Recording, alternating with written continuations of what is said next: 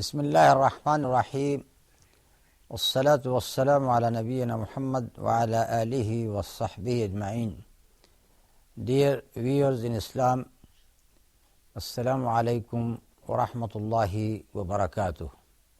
In this program of the parables of Al-Quran, now we are approaching parable number 57, and that is from Surah Al-Jumu'ah, which is 62nd surah in Al-Quran, and the verse concerned is number 5. In that verse, a similitude is given of those people who are given a task, but they did not fulfill it. Those people who are carrying loads of books upon their back, but they don't understand it, though they were given these books to read and then to implement their teachings in their lives. Now let us take that verse number 5 of Surah Al-Jumu'ah. أعوذ بالله من الشيطان الرجيم مثل الذين حملوا التوراة ثم لم يحملوها كمثل الحمار يحمل أسفارا بئس مثل القوم الذين كذبوا بآيات الله والله لا يهدي القوم الظالمين. The similitude of those who were charged with the obligations of Torah but who subsequently failed in those obligations is that of a donkey which carries huge tomes, scriptures, books, but understand them not. Evil is the similitude of people who falsify the signs of Allah, and Allah guides not people who do wrong. Now this surah, Surah Al-Jumu'ah, as we know that it mentions the 4 duties of the Prophet ﷺ in the beginning. هو الذي بعث في الأميين رسولا منهم يتلو عليهم آياته ويزكيهم ويعلمهم الكتاب والحكمة وإن كانوا من قبل لفي ضلال مبين. He is Allah who has sent among the unlettered people of Arabia a messenger out of them who recite unto them his verses, purifies them and teaches them the book and the wisdom, though they were in manifest error before that. Now after that comes this similitude, which says that those people who were before this ummah of Muhammad sallallahu alaihi wasallam, and they were Israelites, they were given a task as well. They were given a book as well, that book which is known as At-Tawrat. But instead of implementing the teachings of Al-Quran, the teachings of At-Tawrat, they abandoned the teachings and they have practiced the practices of the idol worshippers. So this is why their similitude becomes like a donkey. You can have a lot of loads of books on the back of a donkey. Does he know about all these books? Does he understand what is in those books of knowledge? Nothing. Just carrying a load, a weight, no more than that. He got no understanding of the books or the wisdom which is contained in these books. So that is the example of not only those people who were in the past, every people, even in Muslim Ummah, those people of knowledge, the scholars, who got a lot of knowledge, but they don't practice that knowledge at all. They don't implement this knowledge of the book of Allah and the sunnah of the Prophet in their own lives. Their example is the same example of donkeys carrying lot of loads on their backs without knowing what they have been carrying. The Ummah of Bani Israel or Israelites, they were the Ummah just immediately before us. And that is the reason why Allah subhanahu wa ta'ala has mentioned in Al-Quran the case of Bani Israel, the case of Sayyidina Musa alayhi salam a lot. Read how many passages are devoted just to the story of Musa alayhi salam. Because in that ummah we got many lessons. And we have to take admonition from all these lessons. We should not follow the same ways which they have followed. So we are not trapped in the same end in which they have been trapped.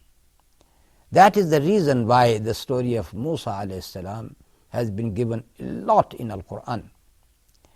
There is another similarity, that is about the book itself. Allah subhanahu wa ta'ala said about this ummah, said about Al-Quran, "Inna nahnu nazzalna al-dhikra wa inna lahu lahafidhun." We have revealed this book, which is a reminder, a dhikr, and we are going to preserve it, protect it. Allah subhanahu wa ta'ala has said that this is a promise from me, though this promise has been fulfilled on the hands of this Muslim ummah. There are people who memorize the Quran. There are people who got all their efforts directed to the teaching of Al-Quran. The Quran has been preserved, but it was under direct surveillance from Allah subhanahu wa ta'ala.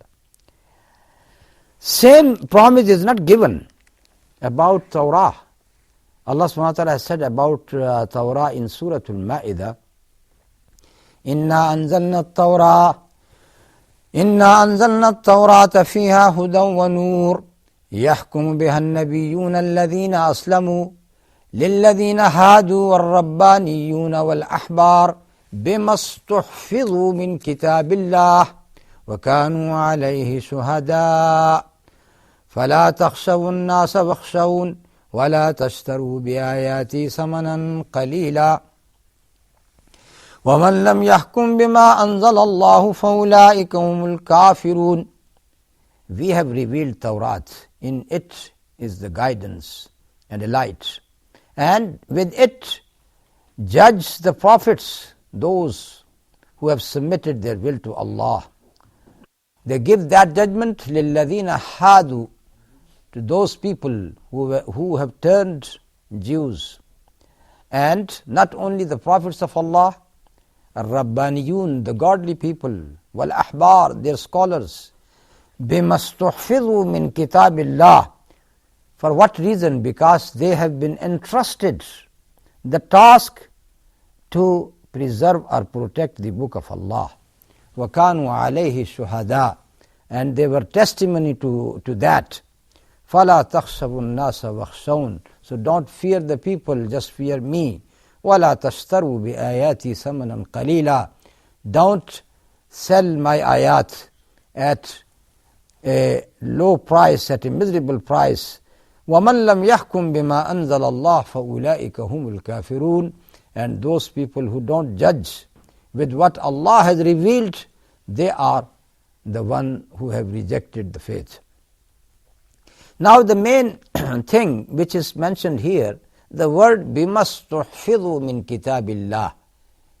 They have been given the task to preserve the book of Allah. So in the case of Tawrat, the task was given to the people themselves. There was no promise from Allah subhanahu wa ta'ala to preserve it. In the case of Al-Quran, إِنَّا نَحْنُ نَزَّلْنَا الذِّكْرَ وَإِنَّا لَهُ لَحَافِظُونَ. We have revealed it and we are going to preserve it. And that is why the previous scriptures, there were a lot of changes and alterations, and this is why they were not preserved in the way they have been revealed to Musa alayhi salam and to the prophets who came after Musa. But as far as Al-Quran is concerned, Quran has been preserved. That is a divine scheme. This is why the very same Quran which was revealed to our Prophet Muhammad sallallahu alaihi wasallam was preserved in its entire purity. Nothing was changed. Not even a letter was changed. No word was changed at all.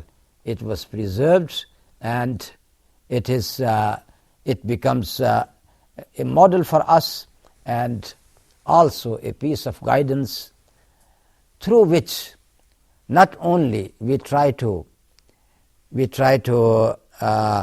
make ourselves as good Muslims, but we try to preach it to others as well, and not to fall into the same trap of the people before us. We should try to understand what are the duties or what are the obligations we owe to Al-Quran, whether it is to have faith in it, or to recite it day and night, or to understand it and ponder deep in its meaning, and then to practice it, put it into practice, and in the end to convey the messages of Al-Quran to the other people, to the entire humanity. That is the main task which is given to this ummah. And if they don't carry out that task, it means that they have failed the duty which is given to them.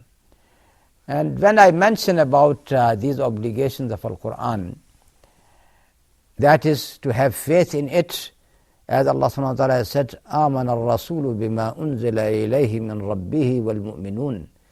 The messenger is the first person to believe in all these revelations which have come from Allah and the believers. And second, to recite the verses of Al-Quran, as Allah subhanahu wa ta'ala has said, الَّذِينَ آتَيْنَاهُمُ الْكِتَابِ يَتْلُونَهُ حَقَّ تِلَاوَتِهِ أُولَٰئِكَ يُؤْمِنُونَ بِهِ. Those people to whom we have given the book, they read it as it should be read. They are the people who believe in the book. And thirdly, to understand the book, to ponder deep in the meanings of Al-Quran, as Allah subhanahu wa ta'ala has said, أَفَلَا يَتَدَبَّرُونَ الْقُرْآنَ أَمْ عَلَىٰ قُلُوبٍ أَقْفَالُهَا. Why these people, they don't ponder deep in Al-Quran? Are there locks on their hearts? Yani are their hearts closed so they don't want to understand Al-Quran at all? And then to practice the teachings of Al-Quran, as the Prophet ﷺ is shown in Al-Quran to be complaining on the day of judgment. He would say, وَقَالَ الرَّسُولُ يَا رَبِّ إِنَّ قَوْمِ اتَّخَذُوا هَذَا الْقُرْآنَ مَهْجُورًا. And the Prophet ﷺ would say on the day of judgment, O my Rabb, my people have abandoned this Al-Quran. Now this was true in the beginning when his own people, the people of Quraysh, they did not abide by the teachings of Al-Quran. But it is also true about the people in our times, in every times. Those people who are given this Al-Quran, those people who profess that they are Muslim, those people who say that Quran is our book, and still they don't read the book of Allah subhanahu wa ta'ala. They don't even try to understand what Allah subhanahu wa ta'ala wants from them. So